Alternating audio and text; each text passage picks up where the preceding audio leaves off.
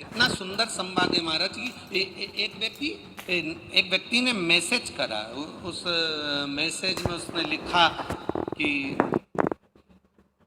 पितरों के लिए कंडा जलाकर, गाय का गोबर जो सूखा हुआ होता है, कंडा, अलोना, गोबरी, उसको जलाकर लोग पितरों के लिए घी शक्कर छोड़ते हैं, धूप छोड़ते हैं। इस धूप की महत्वता क्या है? इस धूप को अगर घी छोड़ी जा रही है, शक्कर छोड़ी जा रही है, घी शक्कर अगर दिया जा रहा है अपने पूर्वजों के लिए, अपने पितरों के लिए, तो क्या हमारे पूर्वज, हमारे पितर वो घी शक्कर लेते हैं? हम जो गुड़ छोड़ते हैं, घी छोड़ते हैं, शक्कर छोड़ते हैं, क्या लेते हैं? तो मेरा निवेदन है, जिसने मैसेज करा कि हमारे पूर्वज, हमारे पितर, हमारे देवता, क्या वो घी शक्कर, घी गुड़ का भाग ग्रहण करते हैं? तो उनसे निवेदन करूंगा, एक बार स्कंद पुराण को दिल से पढ़िए, एक बार स्कंद पुराण को अपने मन से पढ़िए, एक बार शिव पुराण को दिल से पढ़िए। आपको मालूम पड़ेगा कि घी शक्कर, जब कंडा जलाकर, गोबरी जलाकर, अलोना जलाकर, आपके यहाँ छत्तीसगढ़ में कंडे को क्या बोलते हैं हमें नहीं मालूम, पर गाय का जो गोबर होता है सूखा हुआ, थपथपा कर उसको, जो गाय का गोबर होता है जो धूप में सूख गया होता है कंडा, उस कंडे को जलाकर उसमें जो घी शक्कर, उसमें जो गुड़ घी छोड़ा जाता है, उसका महत्व क्या है, उसका फल क्या है, उसका रस तत्व। ये गौपितर शिव महापुराण की कथा कर रहे हैं। आज के लोग हंसते हैं, क्या ऐसा हो सकता है? क्या आज के जमाने में ऐसा होता है? क्यों नहीं होता? शिव महापुराण की कथा को उठाकर देखिए। जिस समय पर जो आपसे कहें कंडे पर गुड़ घी छोड़ने से क्या पितरों को मिल जाता है, जो आपसे कहें कि तर्पण का जल देने से क्या पितरों को मिल जाता है, शिव महापुराण की कथा में पंडाल में फोटो लेकर बैठ गए या अपने घर पर बैठकर चावल हाथ में रखकर कथा सुन रहे हो, क्या उसका फल पितरों को मिल जाता है? उनके लिए ये गोपितर शिव महापुराण की कथा कहती है, जरा ध्यान लगाकर सुनना। राजा सगर जो सूर्य वंश की पताका रहे हैं, भगवान राम के जो वंशज रहे राजा सगर, राजा सगर ने एक यज्ञ करा जिसका नाम था अश्वमेध यज्ञ।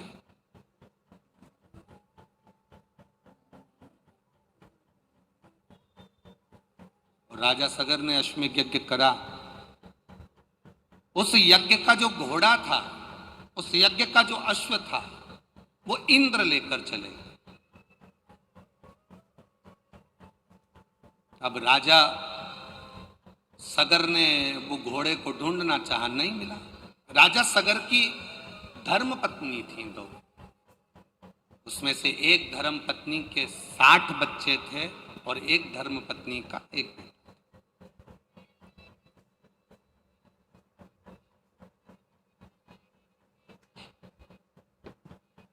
जब अश्व को ढूंढा गया, घोड़े को जब ढूंढने के लिए गया, अश्व मिलता नहीं। और अश्वमेध यज्ञ का जब तक अश्व नहीं होगा तब तक उस यज्ञ की कोई प्रधानता नहीं है। अश्वमेध यज्ञ का घोड़ा, अश्वमेध यज्ञ का अश्व का होना बहुत जरूरी है।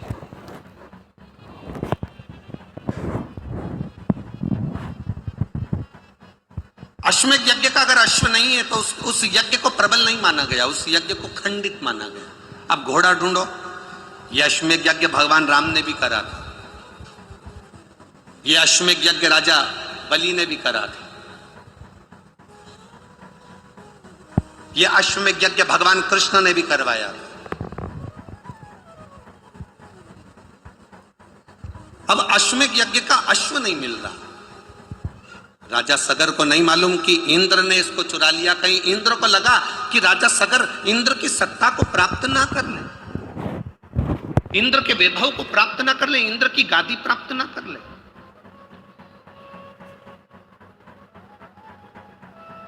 अच्छा, जिनके पास में कुर्सी रहती है ना,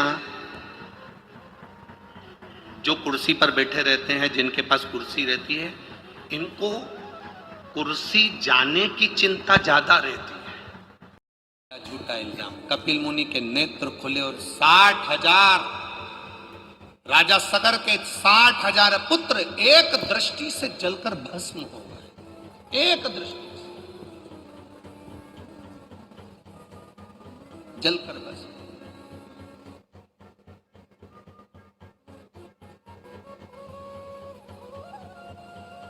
60,000 पुत्र जब एक दृष्टि से जलकर भस्म हुए।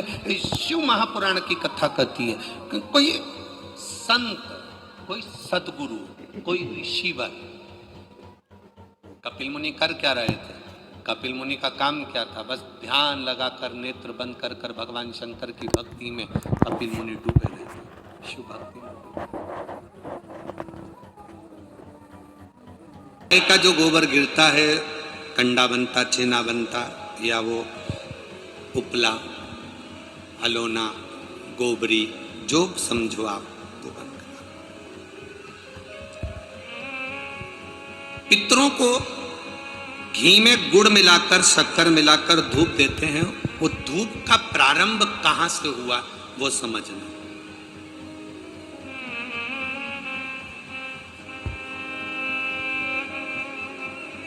असमंज ने वशिष्ठ बाबा से कहा, मेरे भाई नहीं मिल रहा।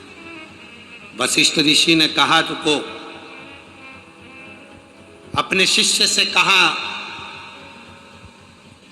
नंदनी गाय का जो गोबर का कंडा बना है, छेना बना है, उसको लेकर अलोना, गोबरी, उसको ला।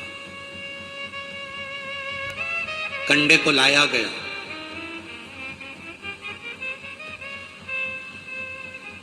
अग्नि में जलाया गया। जलाकर असमंज के सामने उसको रखा गया। उसमें नंदनी गाय के दूध का घी बनाकर उस कंडे पर छोड़ा गया। कंडे में से जो धुआं निकला, जो धूप निकली, जो तरंग निकली, जो सुगंध निकली, वशिष्ठ बाबा ने असमंज से कहा, सुनो, ये तरंग, ये धुआं, ये गंध इस कंडे की, गाय के गोबर के कंडे की, उस घी की तरंग जहां जा रही है वहां तुम जाओ। इस तरंग, इस सुगंध के पीछे पीछे जाना, तुम्हें तुम्हारे भाई प्राप्त हो जाएंगे। असमंज उस तरंग सुगंध के पीछे पीछे पीछे पीछे पीछे पीछे खुशबू लेते हुए सुगंध धुएं के पीछे पीछे जाने लगा।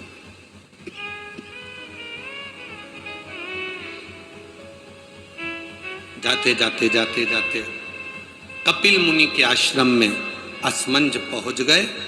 सुगंध, जो कंडे पर धूप दी थी, घी छोड़ा था, नंदनी गाय का जो घृत छोड़ा गया था, उसकी गंध से कपिल मुनि के आश्रम में राजा रुक गए। असमंज उस गंध को वहीं पर जानकर उन्होंने देखा, यहां पर जरूर मिलेंगे। तब कपिल मुनि मिले और कपिल मुनि से मालूम पड़ा कि मेरे 60,000 भाइयों ने कपिल मुनि पर घोड़े के चोरी का, अश्व की चोरी का इल्जाम लगाया था। अश्वमेध यज्ञ के अश्व की चोरी का इल्जाम लगाया था। इसलिए ये 60,000 कपिल मुनि के आश्रम में जलकर भस्म हो गए। 60,000 राख के ढेर बन गए। असमंज ने कपिल मुनि के हाथ जोड़ लिए, गुरुवर मैं आपको नमन करता हूँ, मेरे भाइयों से गलती हो गई, आप पर चोरी का इल्जाम लगा दिया। निवेदन केवल इतना है कि अब मेरे भाइयों का कल्याण कैसे होगा। ये मेरे 60,000 जो भाई मरे हैं, इनकी मुक्ति कैसे होगी, इनका मोक्ष कैसे होगा।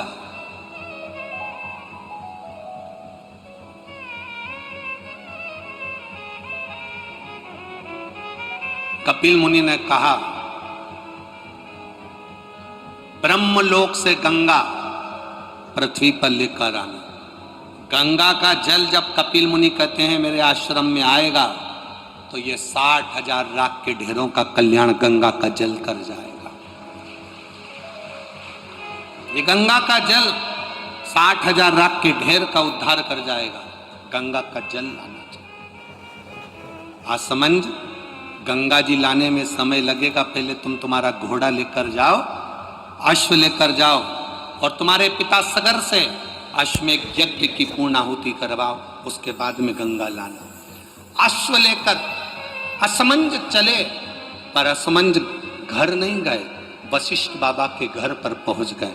वशिष्ठ ऋषि के यहाँ जाकर असमंज ने हाथ जोड़कर कहा, गुरुदेव तुमने जो कंडे पर घी छोड़ा था, गाय का जो घी छोड़ा था, उसकी जो गंध उठी थी, वो गंध ने मुझे अपने भाइयों से मिलवा दिया। आपसे एक निवेदन है गुरुदेव। गुरु जी बोले, वशिष्ठ बाबा बोले, बोलो असमंज क्या चाहते हो? असमंज ने कहा, गुरुवर एक आशीर्वाद संसार के लोगों के लिए दे दीजिए कि गाय के गोबर के कंडे पर, गाय के गोबर के छेना पर, अलोनी पर, इस कंडे पर जो घृत गाय का घी छोड़ेगा या गुड़ शक्कर उस पर छोड़ेगा, उसकी गंध उसके पितरों को तृप्त कर दे और पितरों का आशीर्वाद उसके घर पर मिले। ये मुझे वर दीजिए, ये मुझे वर प्रदान करिए, पितरों को तृप्त कर दे और पितरों का आशीर्वाद उसके घर पर मिले। ये मुझे वर दीजिए, ये मुझे वर प्रदान करिए,